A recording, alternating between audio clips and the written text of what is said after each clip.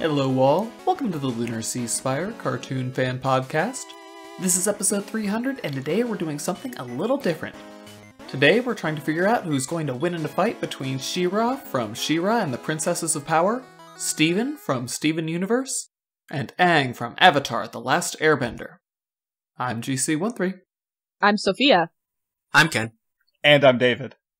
So we are here to settle a versus debate between Steven, She-Ra, and Aang. And I guess as our first step, we have to establish what kind of ground rules. I'm assuming these are death battle rules where they're all acting out of character, attempting to kill each other. Otherwise, this would be one big kumbaya session very, very quickly. Yeah, no, I agree with that, yeah. Yeah, like, it's 3 complete sweethearts, yes. Yeah, I mean, at minimum, they might subdue each other. Maybe not complete murder, because that's, like, intense, but, yeah. Yeah, like KO is an option. But completely, like, defeat, yeah. And we're also having these characters at their strongest points, so Steven is going to be as he was shown in fragments in Steven Universe Future, I'm assuming? Yes. I can stand by that. I would say have them however you think they are at the end of the series. So if you think Steven is capable of returning to the fragment state just on command, then yeah, I guess you could just assume he has those powers. But if for some reason you think he can't do that, then I guess no, he wouldn't, if that makes sense. So I have a question. How much did we learn about Aang and Legend of Korra? Very little. I mean, he became a realized avatar. For Aang, I was assuming we were just going to use him at the end of Avatar the Last Airbender. So yeah, when he defeated the Fire Lord. Yeah, he was pretty potent. But without the even comment, back then. without the comment. Yeah, exactly, yeah. But can he, like, energy bend Well- She-Ra out of Adora? Well, so we can establish some powers here. I think with Aang, he proved that he could remove people's bending, and even though maybe right at the end when he did that with Ozai, maybe he couldn't always do that on command, but he definitely learned it by the time he was 40. I'm gonna go with that he probably could do it here, so I'm gonna use that power in consideration. Okay. So, the thing is, like, for him to be able to remove somebody's bending, he would have had to have already subdued them. So it's not that relevant. Yeah, he has to have won the fight. Yes. That's true. He has to trap them somehow first and get his hands on their forehead, so there's that. But also we'll have to consider if the powers that Steven and She-Ra have even fall in that. But I mean, I would think that She-Ra would be more of a spirit than bending, but again, it doesn't matter since he has to win the fight before he can do that anyway. Yeah, so I just want to say yes because it's fun, but regardless. Sure. also arena, so like if they're in space, 2 of our 3 heroes are dead, period, right? So it has to be on Earth? Question mark? She-Ra can survive in space, and I'm pretty sure Fragment Steven can as well. I don't know if he can survive. He can, if the bubble. He would have to keep himself in the bubble. He's a beefy boy when he goes full pink. Yeah, when he goes full pink, I don't know. Does he he might need to give himself like a little aura spacesuit, like She-Ra did.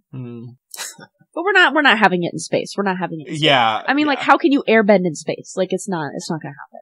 So, on a planet made of earth, and trees, and water, and oxygen. So we have no civilians around. 2 characters that... So we're talking Aang in the Avatar state at the end of The Last Airbender. We're talking Steven in his pink form, if he so chooses to get that intense in Fragments. And then we have She-Ra as we saw her in Season 5.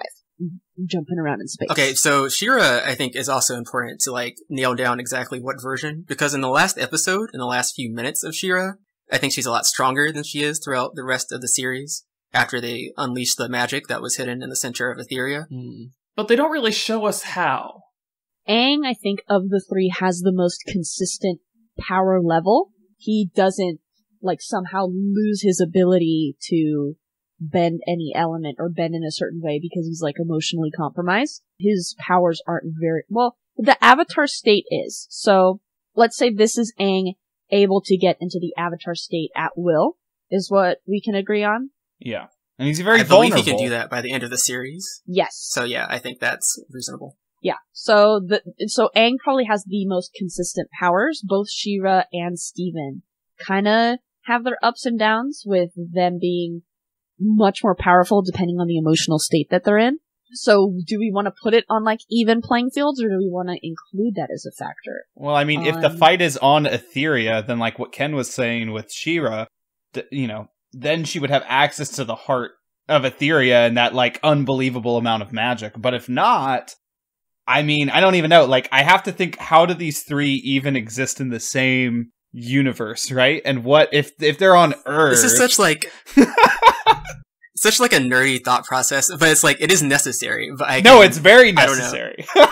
Like how what world? Like, first of all, I think magic is an important consideration because in Avatar: The Last Airbender, they very firmly in the first episode say that bending isn't magic. But I think for the purposes of thinking about this, I want to know if we consider Steven's gem power, Aang's bending, and She-Ra's access to magic all part of the same, like, universal energy? Or if they're very separate spaces. Like, I would totally be willing to suspend disbelief on Aang being able to take away the powers of at least She-Ra, probably Steven. I'd say yes, Steven. Because we saw almost that exact same thing happen with the Rejuvenator. Yeah.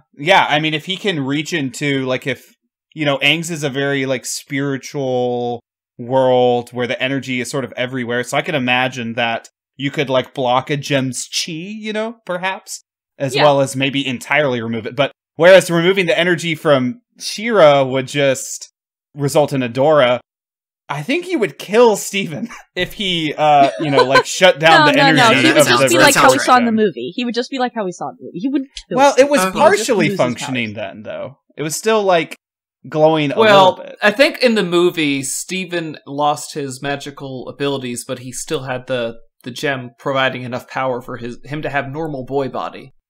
Did we decide if we're doing Bloodlusted yet or not? Are we doing their personalities? I would prefer Bloodlusted, personally. All right. So they're just full on Bloodlust. So Raging Adora versus Fragment Steven and does the Avatar state even have moods? I think that is Bloodlusted, isn't it? Yeah, but like Aang not in control of the Avatar state. Right. So Aang earlier in the season when he has no control over it. Like when he was the fish. And killed a whole bunch of people. That was different. That was the ocean spirit working with his powers. But did commit murder. Yeah. It was very unclear, Like Jet. Well, Zhao for sure is dead. I mean, Zhao kind of had that coming. Yeah, by his own hubris. We could put on some idea where they're on some Earth-like adjacent planet, right? That's neither of their native planets. And like, they all retain their powers, but, like, don't have any additional powers. Right? So Aang can't team up with a spirit or anything like that. Oh, I didn't even consider that possibility. Like, connection to the spirit world could be a legitimate power. But he doesn't usually do that, though. That's very circumstance dependent. Yeah. So it'd be unfair to give that to him now without giving Steven and Adora situational power-ups, and then we'll be here all day writing those. Steven, though, could have a whole organic army, at least, to go against a spirit army. I don't know about She-Ra. Mm-hmm. I mean, she does lead the Princess Alliance. So Steven just starts licking the ground to create, like, minions to help him fight? Oh, I think absolutely an organic army would be part of the equation. Yeah, I would assume so. It's on an Earth-like planet, that's full of organic life. I mean, I'm just gonna give a spoiler right now. I don't think Aang and Adora working together could take out Fragment Steven. So if you want to give our boy a power up, I'm okay. It's your funeral, but I think that Aang actually has it the worst. You say he's the most consistent, but I think he has the consistently weakest power level of the bunch. No, I agree with GC here. I think me and GC are on the exact same page. I think this is an absolute smash for Steven, and it's, like, not even close, to be honest. Okay, Fragment Steven. So what about Fragments? The thing is that makes him so powerful is that he can heal himself, right? That's the biggest thing. I mean, She-Ra and Steven have healing. Also heal herself, but if she takes a hard enough hit, she'll just turn back into Adora. I mean, Steven in his ordinary body, before he's had intensive training under Jasper, can still create craters in solid rock and then get out without even having felt it. Well, so can She-Ra, And so can Aang, and he wasn't even in the Avatar state. Like, in the Crossroads of Destiny, like, he was being thrown into solid rock and creating, like, craters, and that was just his normal human body. So, like, the consistency of, like, who can take the most blunt force damage, it seems that everybody can kind of take some blunt force damage. Yeah, I mean, to be fair, in Adora's world, even Bo can land dozens of feet on the ground and just be like, ow, I'm gonna feel that one tomorrow morning, so... Yeah. They're all made of tougher stuff than we mere mortals. Yeah, I mean, but also, She-Ra has a sword, which is good for stabbing, which is a bit harder to write off for plot reasons.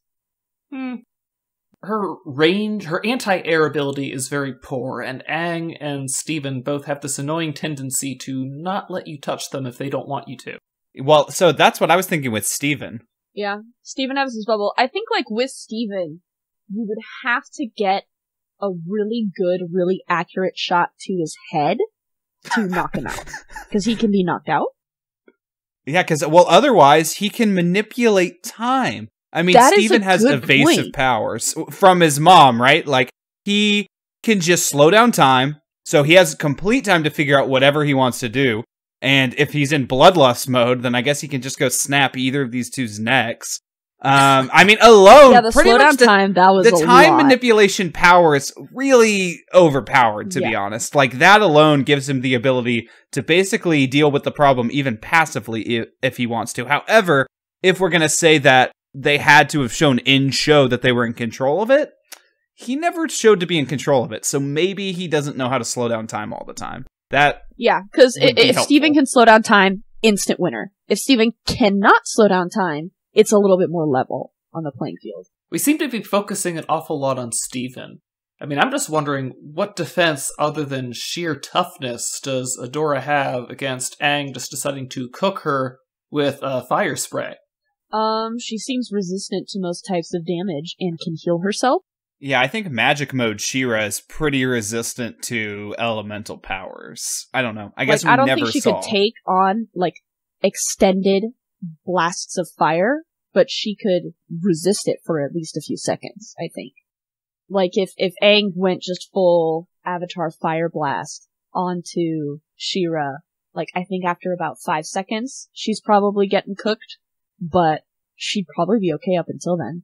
Yeah, I mean, I'm definitely not saying She-Ra is weak, because in one of the first episodes, she takes a shot from an anti-tank round, and it only knocks her unconscious, so... Yeah. She-Ra's a beefy girl. She-Ra also can make a shield, for whatever that's worth. I mean, it's not, like, great, but in terms of, like, amping up her already high defense, it's something. I think magic versus bending, though, is definitely hard for me to wrap my mind around. Like, I mean, magic would, I guess, kill Aang, maybe. I mean, she can at least make them into, like, vertical slices or whatever, because she was blowing up ships that way. But with enough force, it does seem like Aang could pretty much win as long as he can, you know, air nomad evade magical blasts. Yeah, both Steven and Aang can fly. She-Ra can stick to meteors. Yeah, she can kind of float around in space. Yeah. Yeah. She-Ra can, like, not require oxygen, so Aang can't, like, suck the air out of her lungs, really. Ooh. Just going for the asphyxiation. I guess you could asphyxiate Steven. That's cold. Oh. Well, long enough to just knock them out. You don't, after, like, 3 to 5 minutes without breathing, you'll be KO'd, but, like, you'll still live, right, if you suddenly start breathing afterwards. Aang, though, I think he can objectively take the least amount of hits. Like, even with the plot, you know, throwing him onto the ground, stuff that they were doing in the show, like, he is a normal human boy who can only, you know, get his ribs broken sometimes. Yeah, I mean, he was literally killed by lightning. Yeah, exactly, yeah. Weak to lightning. I don't think either of the two can conjure up lightning, but I think it's safe to say that a sustained and powerful magical attack, be it She-Ra's sword projectiles or whatever Steven could dish out, would take Aang out if it was just one hit. Yeah, I don't think it was anything special about the lightning. It's just that it was a very powerful, very well-aimed shot. Yeah, and it went from his back through his foot, which goes through all your major arteries. All your arteries. Yeah. Like, not just the dysrhythmia the electrical current would cause with your heart, but it also just, like, fry all of your blood. Not fun. Oh, man. It's really too bad Aang didn't learn bloodbending because, again, Steven can manipulate people's minds. So now Steven does have to go unconscious for it. We haven't seen him just straight up, take people in control while conscious, but if he's able, White's job. I mean, he can like evade them by slowing down time and then just quickly fall asleep, which only takes a few guitar strums, and then he can, just take over them and then, do whatever he needs to do. And he's already killed watermelons that way. He's completely comfortable with taking over someone's body to the point of killing them. So, well, even that's been demonstrated. Right, something. Only if they're completely conscious, real, living beings that happen to be made of watermelon, Yeah, exactly. That he'll then eat afterwards. But I'd say that's not the best, like, the most powerful. It's not the game changer for him, because he would need to knock himself out, and he is never shown to be in any way in control of that power. He wasn't controlling Yellow and Blue Diamond, it took him everything he had just to get a message through. But yeah, he probably would go into that state when he was unconscious, and I'm not sure if... I think Aang would be more resistant than Adora would be. Oh, I disagree. Oh. But she has shown some mastery over spirits herself, so they would probably both be about as difficult to get through to as Yellow and Blue. Yeah, they're both insanely powerful.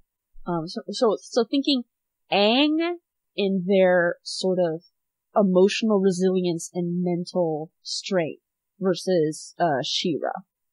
Aang, I think, would win. Not by a lot, but he would win. Like, he did the whole meditation with the guru and stuff, so he has some training that, like, She-Ra has never been put through, like, mindfulness training. That's fair. Like, if she had done some meditation with Perfuma, I'd be like, okay, they're on even playing ground, but Aang has training in this department, so I would say She-Ra... He's a monk. He spent his entire early childhood building up he that can kind resist of the freezing Arctic just because he knows how to breathe right. Like, he definitely has more there was some Avatar over state power his going mental state than Adora would. Well, and he resisted Ozai. I guess none of them need oxygen, do they? Because apparently Aang doesn't need oxygen either. Oh, really? If he survived in an iceberg. Oh, that's true! That was like Avatar state slumber. He doesn't need oxygen as long as he is not moving and not aging. Okay. Right, like he can't fight and not breathe. Wait, but can Aang win through the ultimate act of passiveness? Can he just bury himself in the ground? Right, like go into an iceberg stasis and then watch She-Ra and Steven age to death? Yes! He could win by aging! Exactly, burrow in the ground, and that's it. We don't know if Steven can die of old age, though. Oh, yeah, that's an open question. So if Aang goes in the ground, but Steven could just keep waiting. Oh my goodness. Yeah, no, what if Aang goes into the ground, and then Steven, after killing Adora, calls in a favor and has a cluster implanted in the planet? Yeah, that's what I was thinking, like, Steven has experience digging into the ground. They'll give him the old sight. I love that we've gotten to an underground battle now. Like, yeah, She-Ra's just nowhere in this fight. The siege, right? If Aang was able to cryogenically freeze himself, She-Ra's screwed because she can't. She will die of old age. Steven might. We don't know if he can die of old age.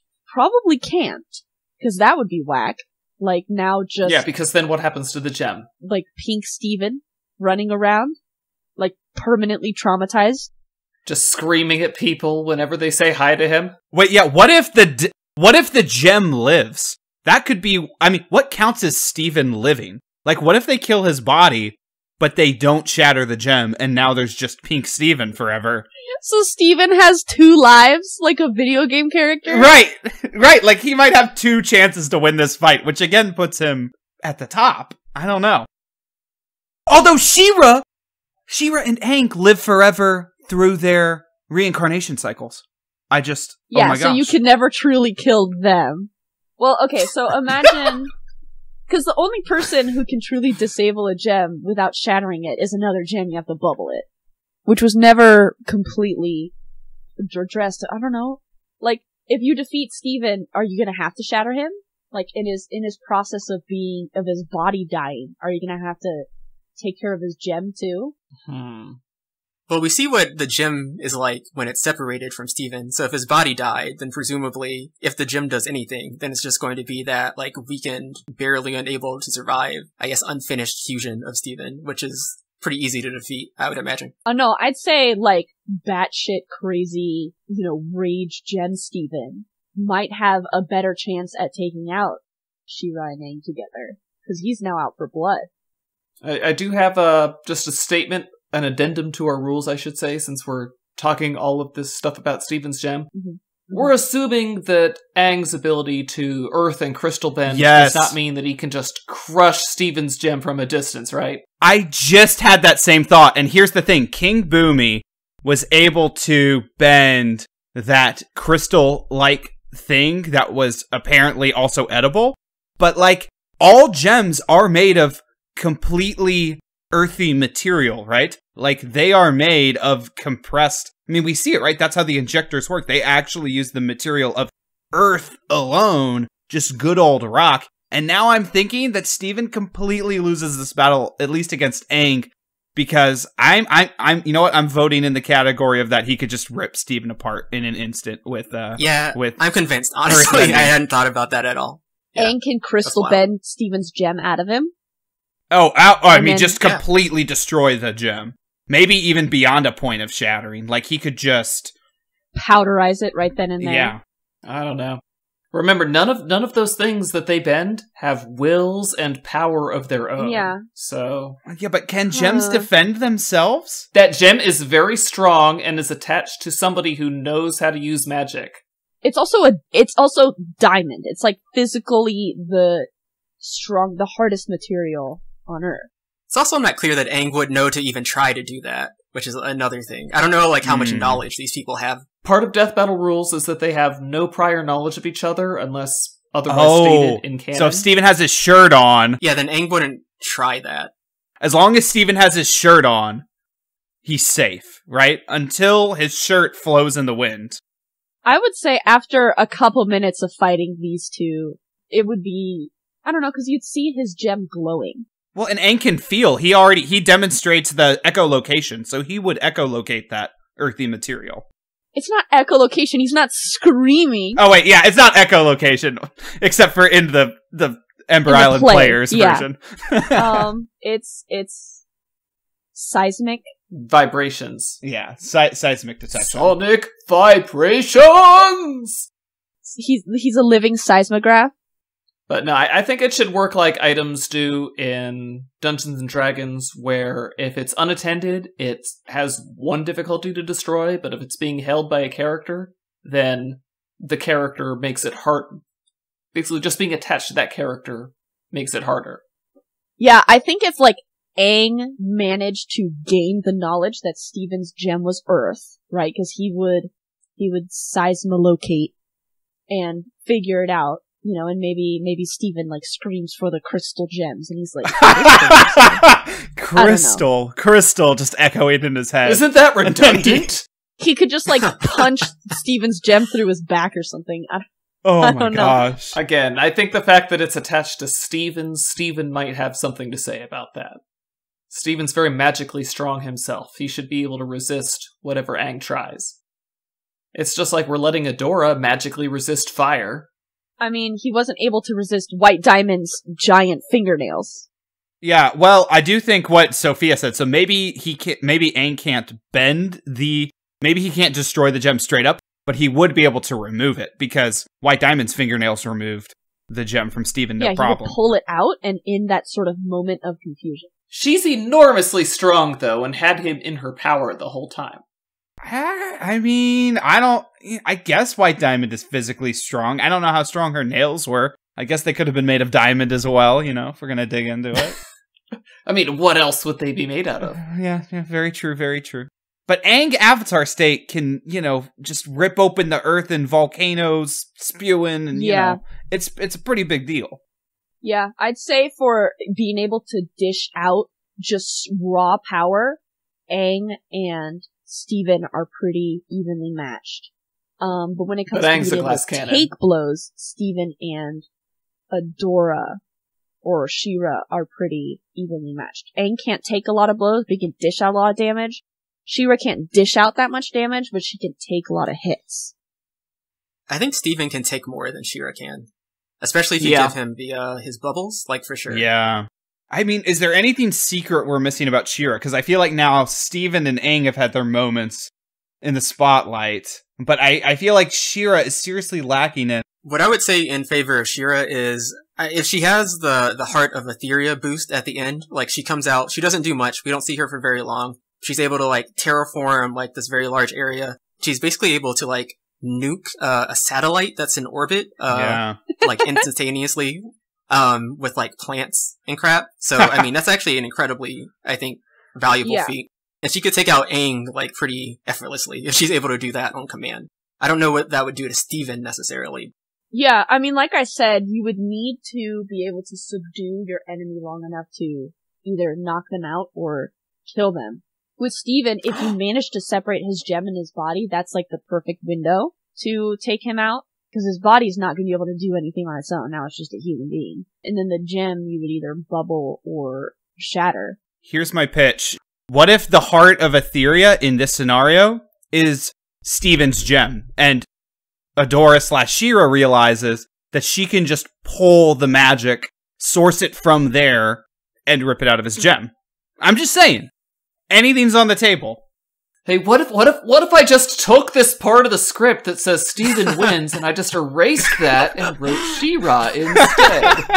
I mean, it is true that if we write fan fiction, then we can have, I guess, whatever ending we want. But, I don't know. If we're writing fan fiction, I don't care. They're all holding hands and singing Kumbaya, so this can't be fan fiction. I don't know. I think if you give her physical access, if she can somehow get her hand on the gem or be close enough, I think she could source some energy from it.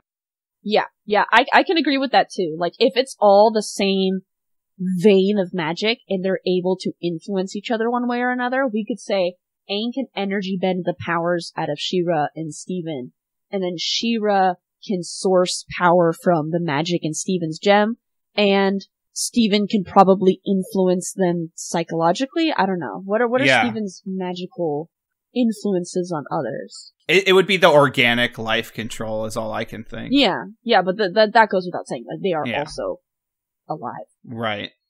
But he's never used his organic life control to, like, I don't know, give somebody a heart attack. Like, it's only ever been used for healing. Yeah. He's such a good boy. Like, he can generate energy, things, right? Weapons and shields and spikes, but I feel like he doesn't have much else. Whereas She-Ra, like, the other princesses pull power from rune stones. I feel like Steven's gem is essentially just another rune stone at this point. But the princesses had to establish a connection to them. If She-Ra has some mystical thing that she can do to reach out, like, we don't even know where She-Ra's powers were sourced from. She seems to be able to tap into magic wherever it is, right? And I guess in the case of the Heart of Etheria, it was unleashed in some way. I don't know what could cause the magic of Steven to be unleashed, but it's definitely a long reach, because otherwise I'm just feeling bad for She-Ra in this fight right now. Especially because if we're considering Steven's gem to be functionally a runestone, I mean, there's apparently no way to destroy runestones or forcibly cut a princess off from her runestone, even if you have physical access to it, because otherwise the Horde would have done that to Mermista. Yeah. They would have done that to Glimmer. They tried doing it with Glimmer. No, they captured Brightmoon, and Glimmer kept her powers. I'm trying to think, like, She-Ra seems to have, like, greater galactical magical influence. Like, she's not necessarily the champion of Etheria only. She seems like the champion of all magic in the universe, at least in their universe. So I feel like gem magic is definitely something that if she was able to influence in any way, she could. Right? I mean, she blasted Horde Prime out of whoever he'd taken over and, like, destroyed him then and there. So I feel like if she could get her hands on a subdued Steven, she could, at the very least, like, jam up his systems. But again, that's doing a fatality after you've already won the fight. Yeah. Well, I do think, maybe less reaching. I think her magic could disrupt all of Steven's magic, right? So maybe the bubble is completely ineffective, for instance. And she could also slice through any of the other things. I don't know if Aang's elemental powers would be able to pierce a strong enough shield. Although I guess physical force can break them apart. No, because he's just literally throwing rock, right? Yeah. His energy bending is the only real magical thing. But technically only Korra does true energy bending, where she straight up redirects raw universal energy. With the spirits, yeah. Aang didn't know how to do that, so we don't have to factor that in.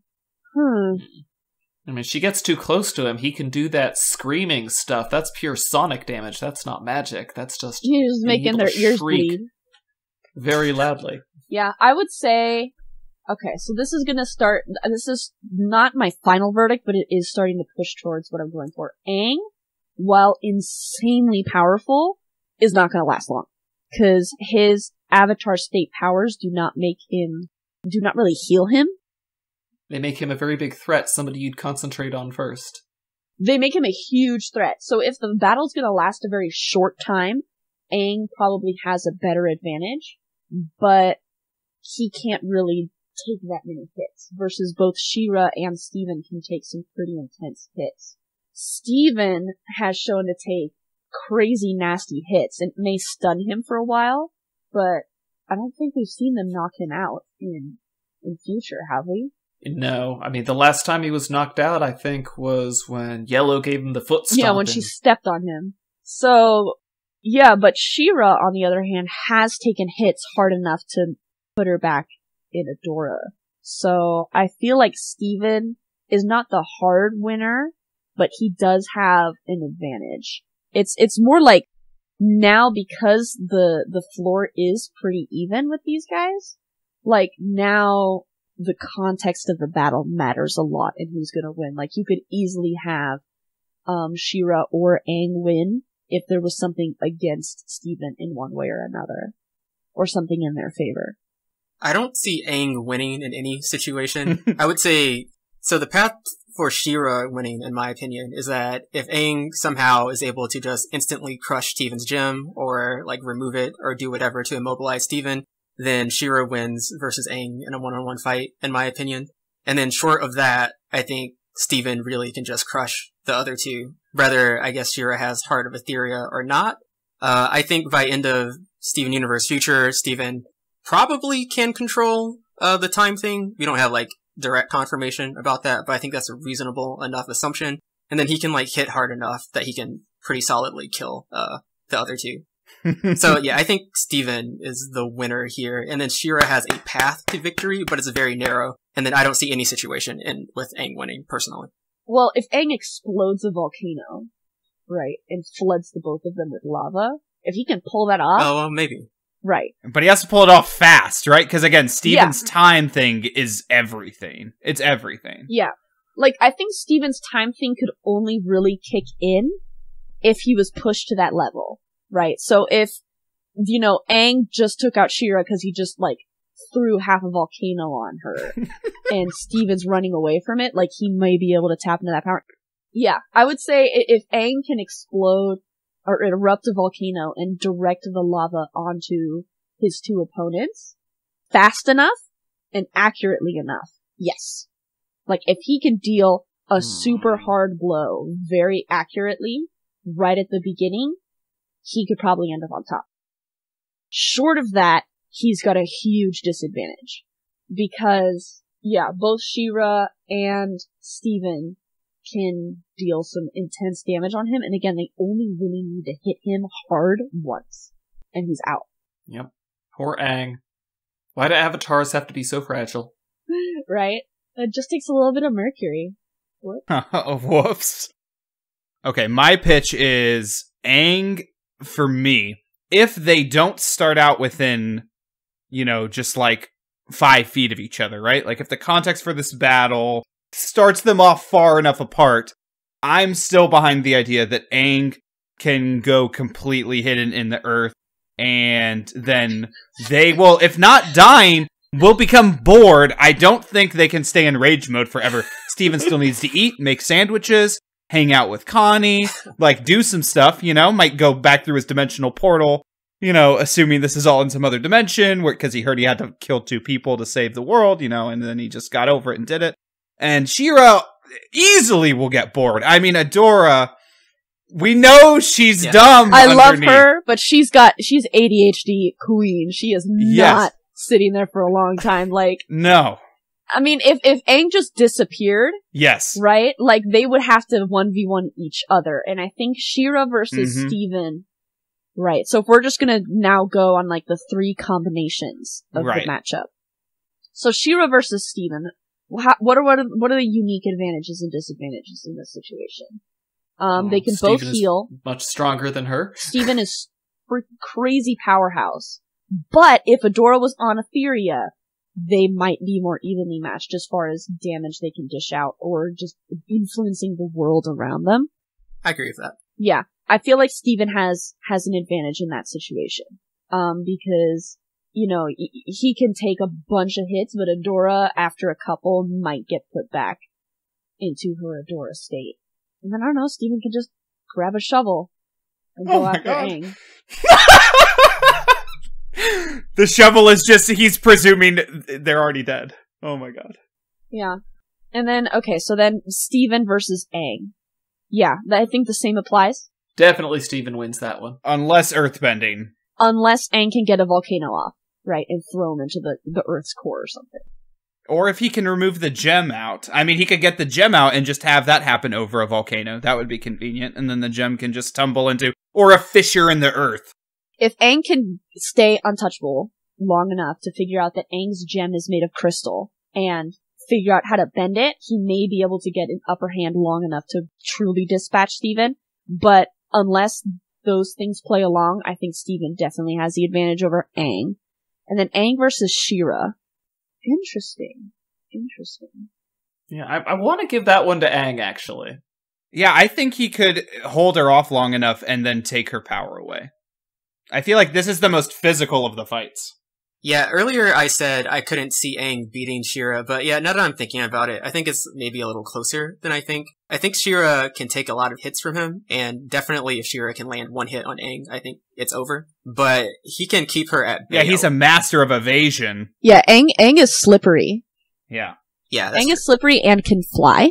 So again, it really depends on who's lucky enough to land a solid blow. If Aang can get, like, She-Ra's foot trapped in the earth or something, long enough for him to get down and start doing some energy bending, or if She-Ra can land one solid blow on Aang's body. Yeah, because Aang can bend earth around her and trap her and crush her, whereas with Steven would just break out.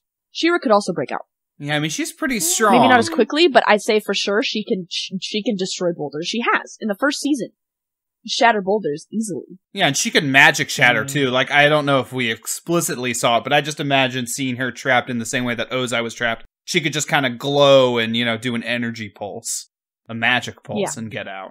Yeah, so it would really depend on who is... So Aang would need to solidly trap She-Ra, hit either to stun her or hit her long enough to turn back into Adora or to just be stunned for a little bit to either do energy bending or, I don't know, right? Because the energy bending would probably work. I don't know, who knows?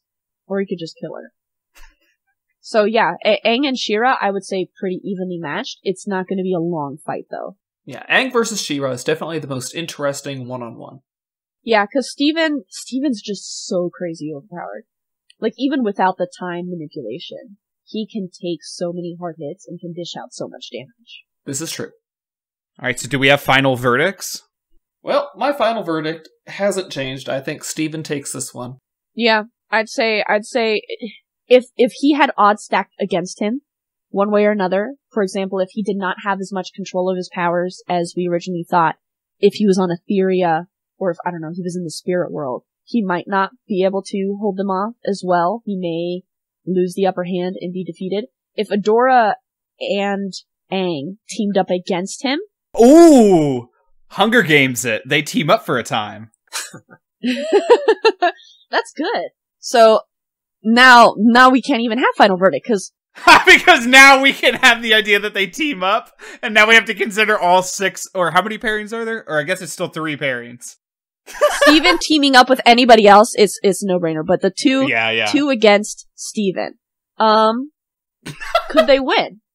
Okay, really fast mental exercise. I think that all the reasons that Steven was able to overpower She-Ra and Aang individually still apply when they're doubling up. Like the things we talked about where it's like, takes a precision hit, etc. I feel like still apply. I'm not sure if She-Ra and Aang have anything special combined, like if they help enhance each other at all. Like, I guess Aang can help launch She-Ra on like a rock or something. I mean, if there's anything I've learned about how 2v1s work in cartoons where 2 weaker people fight 1 stronger guy, is It that never helps. it doesn't really help. The stronger guy still wins. Yeah, but in like actual real life dish outs, splitting your attention is so detrimental. Like if you are one person and you have multiple Good thing opponents, for Steven that they're all cartoon characters. Yeah. Okay. Right. Hear me out. Cartoon logic actually ends up applying to this fight. Right. So if it were actual cartoon logic, they'd all be having a birthday party by the end of it. Yeah, if it were a cartoon logic, they'd be doing my Kumbaya thing like I want them to do. Yeah, so they wouldn't have badly, even so. started fighting in the first place. Like Steven would have been like, "I really like your tattoos," and Aang would have been like, "Thanks." And then Right. What if the winner is friendship and we just have excluded that? Right. Obviously, you're completely and entirely throwing out the themes of these 3 shows in favor of my dad can beat up your dad. Well, maim and murder, and I mean, we've described a lot of very awful things that they would do to each other. But it's fun. Okay, so She-Ra and Aang together, simply by the fact that it is 2v1, I feel like they could win simply because having your attention split is so detrimental to your ability to fight. Like, Steven is honestly better off literally just focusing on one and then taking out the other. He kills Aang, shrugs off Adora's weak hits, and then kills Adora in a much more extended No, because battle. while he's busy trying to take out Aang, She-Ra can come in from behind and impale him. Her sword's not going to penetrate his skin on the first attack. I think swords can pierce Steven, and then you could shatter his gem, maybe. Well, it is a diamond, though, and swords apparently aren't great at shattering gems. Well, she's going to be attacking him in the back, so you're going to have to go through his body to hit his gem. Yeah, but like you take out his body, right? And as he lays dying on the floor. I don't think she can get through his body. Yeah, she has to cut out this is made the of gem. diamond. Here, Aang. Yeah, Take here, his. toss it before it reforms. Right, it's starting to glow and it's starting to float away, and he's like, Put what do you want me to do put with that this? thing in the magma. She-Ra could probably make a diamond cutter out of her sword, just saying. Oh, yeah. Yeah. Yeah. Oh, that's true. She can just straight up transform it. Yeah, she can change her sword. Okay, so then assuming Steven is dead, then is your final verdict on She-Ra or Aang once they're pitted against each other? Oh, final verdict. She-Ra. But not by much. Like 60-40 at most. Because again, it depends on luck on who can really land a solid blow. She-Ra can take a couple more, but she can't lay them out as hard. If Aang is smart and immediately keeps his distance and throws projectiles mostly and just focuses on dodging and pinning She-Ra, but I don't think if they don't know anything about each other and are just going full blast trying to deal as much damage as possible, She-Ra would probably win. Because Aang would need to be smart to win the fight. If he does not have the information that he needs to win, then he probably won't. I don't know, Aang's gonna be pretty diligent about avoiding hits, because he knows how weak he is. But he doesn't know how weak they are. He doesn't know that he can literally be throwing volcanoes on them and they might be able to shrug it off. My final thing is that there are a lot of variables. It's highly situational, but Steven wins 9 times out of 10. If not, maybe a little bit more. My vote is I'm a sucker for the Aang hides out theory. I just think it fits with his character the most. I think it's very in character. It's a cheat, but you know what? He is evasive. I want to believe that even if they're fighting their hardest, I've seen how these characters fight. And this is what Aang even did against Ozai. He hid in a big rock until he could, do what he needed to do. Yeah, okay. But. Right. Assuming, in order to get these 3 to try and kill the other, you would have to convince them that, if these other 2 don't die, all of reality collapses or something. Adora would be most willing to kill. Can we talk about that? Adora would be most willing to kill. She has, and she will do it again. That's true. She could just start chopping through the earth with a lot of fierceness. So maybe my Aang hides in the earth theory is not going to work out if they are both going to be fierce. And also, we never put a timer on this thing, but I guess they might feel like maybe they're not going to get distracted and bored because maybe if their mission is that they have to dispatch this person, then I guess, maybe Aang's not going to be able to hide out. So under that, I think we're pretty much leaving Steven as the winner then, because I absolutely think he otherwise has the most power. And still, even if Aang tried to hide in the earth, if Steven could see him and slow down time and run towards him and just dismember him, okay, that's it. No more bending. No more limbs. Yeah. Oh, God. Yeah. I think that's a great place to end. With a dismembered Aang? If your arms got ripped off, you not being able to bend is the least of your concerns. I mean, he could still King Boomy it, I guess, but I never saw Aang bend with his face. So I think that would be a fair way to not have to completely kill Aang, and Steven could probably cauterize the wounds or something, I don't know, and it would be fine, so. He'll grow them back later. Yeah. So there you go. Steven wins with his opponents limbless. Anyway, guys, that's been us on this wild cartoon death battle of ours. Join us next week. Until then, I'm GC13. I'm Sophia. I'm Ken. And I'm David. If you still have, if you still survived this battle, then like this on, not YouTube. Then give us a rating on Apple Podcasts. Leave us a review on iTunes. Later, everybody.